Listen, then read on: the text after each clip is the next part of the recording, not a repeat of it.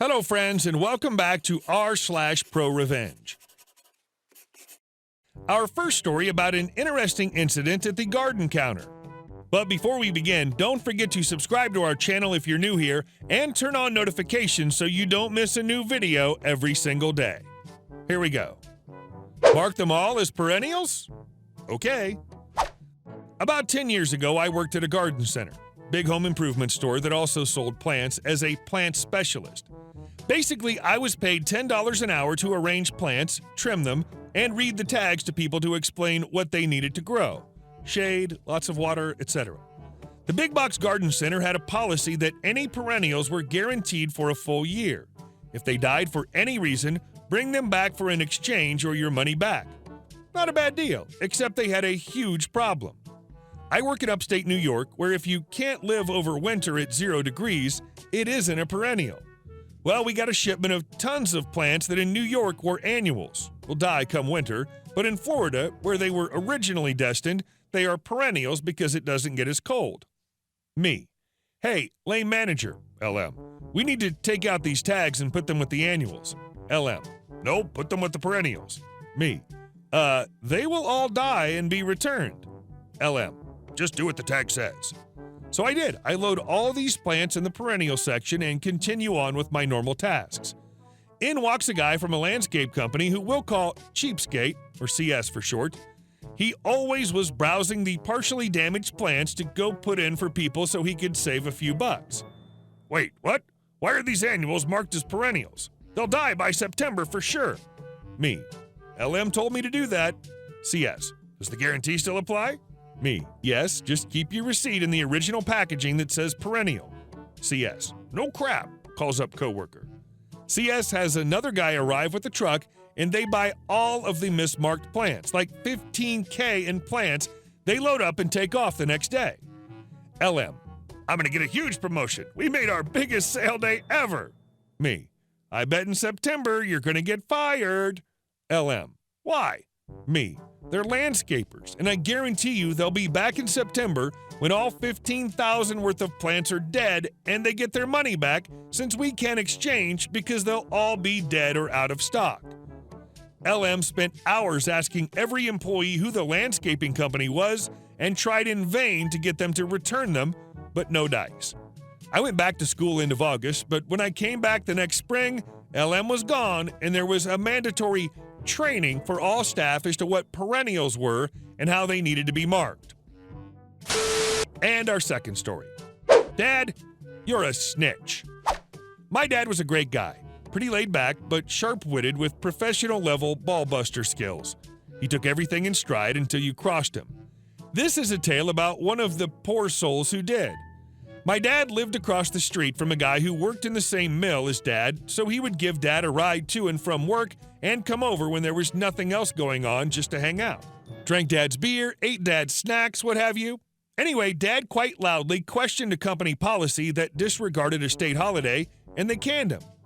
Dad was annoyed but figured that's how things work sometimes and took the unemployment comp happily. He went and informed the guy that he wouldn't need a ride that afternoon because he'd been sacked. The guy made a weird face and said, that was fine.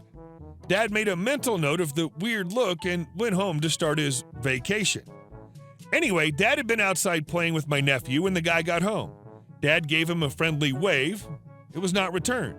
In fact, the guy didn't even look in his direction. Dad figured maybe something else happened at work that day that was distracting and blew it off as nothing. But the next day he didn't wave again. Just locked his car up and hurried into his house like he wasn't even there. So the day after that, Dad called to him and once again was ignored. Dad was starting to get pretty miffed at this point. Why was this guy being such a jerk now? Because they didn't work at the same place anymore? That's dumb as hell. After a few days of this, Dad actually went up to his car and tried to talk to him, but alas, he was still ignoring him. With the numerous blow-offs weighing on his mind, Dad came up with his revenge.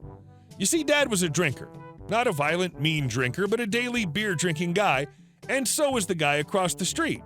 So much so that he always had a few beers on the way to work at 7 in the morning while driving. Dad never said anything because he grew up during a time when you could drink a bottle of whiskey while driving, and the only thing someone would say was not to throw it out the window. but he was definitely going to say something now. About an hour before the guy left for work, Dad called the non-emergency police line and told him that there would be somebody leaving their house at 5 of 7, not only with a buzz on, but with a beer in their lap while driving. He told them where he was leaving from and what direction he was going. The dispatcher asked him if he was serious, and Dad said, and I quote, "like effing cancer." At 10 to 7, Dad sat at the kitchen table and waited to see if anything would come of his little tip. He saw the guy come out of his house with a few beers.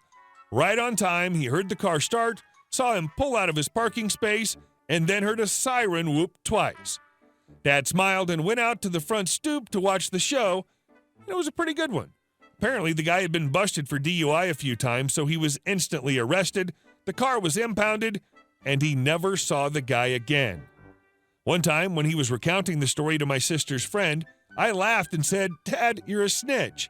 He looked over at me, shrugged, and said, "He should have just said hi."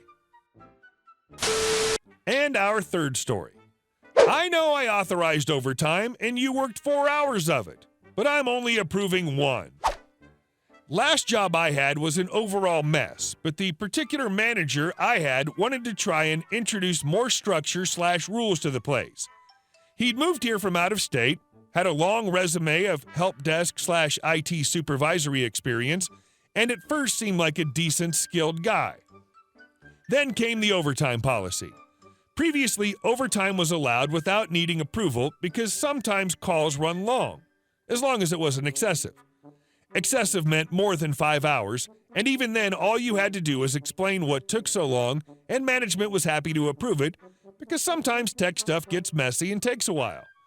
The previous manager never had any issues approving it, and the CIO never had any issues approving that approval. One of the new manager's changes was that all overtime had to be approved, and if it wasn't approved, spoiler, it was rarely approved, it meant telling a customer you had to cut a support call short when your shift was over. Terrible idea. But okay, pal, I'll help you dig that grave for yourself. I ended up getting a call about an hour before my shift ended, and it was a call that was a bug in our software that was fixed by a particular Windows update. The clinic closed at 5:30, and the office manager asked us to do it after hours. I talked to the manager. He gives me written authorization to work late and get Windows updates run on 30-some computers. I do that, and it takes roughly 4 hours as the clinic's internet connection started to bottom out if I had more than 4 to 5 remote sessions going at one time. No big deal. I get it done, submit my time punch for that day, and think nothing of it. He calls me in the next morning with, "I can't approve this much overtime. CIO would never authorize it." I reminded him that he authorized overtime for this and that he knew it was one of the larger clinics. He says, "Well, you should have just started some, clocked out, checked on them, then clocked back in when others were ready. You didn't need to babysit them. I'll authorize 1 hour." I explained to him that that's a stupid idea and also that it's not legal to pay me for time worked when he authorized that time, and I have it in writing. He says he doesn't care, and I'm only getting 1 hour of overtime authorized. Fine. From now on, I'll clock in exactly at 8 a.m. and out at 5 p.m. He snaps a, "Good, that's the policy," at me, and I leave. Instead of reporting him to the CIO, who I was on friendly terms with right away, I spent a few weeks collecting things like really PO'd doctors and clinic staff, and every time they got understandably angry that I was dropping a call when the issue wasn't resolved, I'd apologize and tell him it was manager's fault, as it was a policy he implemented, and not only is it illegal for me to keep working without the company paying me, as I was an hourly employee, I flat out wasn't going to work for free. I suggested they email the CIO and CC the manager on it, telling them exactly what they thought of the new policy and how it affected their practice and their patients' opinion of the clinic. About a week later, the CIO paid a surprise visit and wanted to speak to me. He asked me what on earth was going on. He was getting all these pissed-off emails from clinic sites saying techs were dropping calls immediately at 5 p.m. Central Standard Time, regardless of what time it was at the clinic, or if the issue was fixed or not, and they all said the same thing about it being manager's policy. I explained the policy to the CIO, also told him about the overtime incident, and he just lost it. Got up, opened the door to the empty office he was using, and yelled across the whole IT floor for the manager in question to get his butt in here right now. And our last story. Manager calls employees bluffed resignation. I was working for a decent-sized family company that had internally promoted a manager from a different department to run a sizable branch for the company. He was warned about a particular employee who was known to cause trouble and was generally very contentious. I will call her Karen. Karen worked in inside sales and was a notorious gossip who loved to spread rumors regardless of their validity. She also made several younger male coworkers uncomfortable with her rather aggressive advances.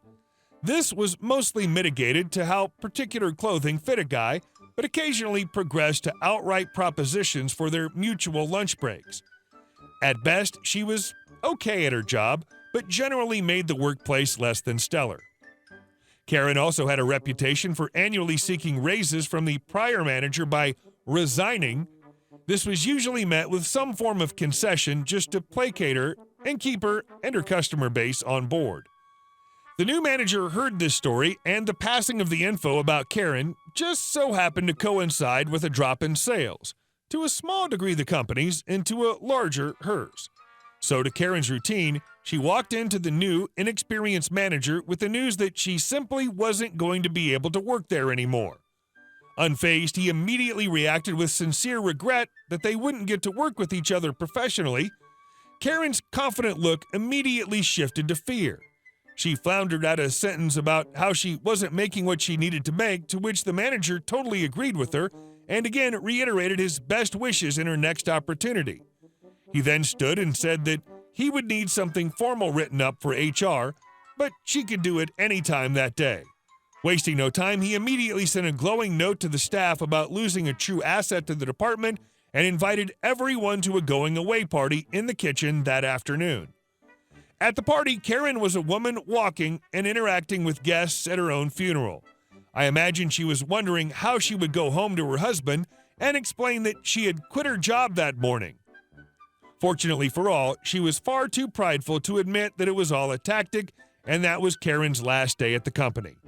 Afterwards, the branch ran fairly smoothly. It turns out that she was indeed mediocre, and her customers were more than happy to have a fresh rep on their accounts. A few years later, the manager was again promoted, and the pseudo-fired move was renamed "Got Left to Go Pursue Other Opportunities," as in Karen got left to go pursue other opportunities.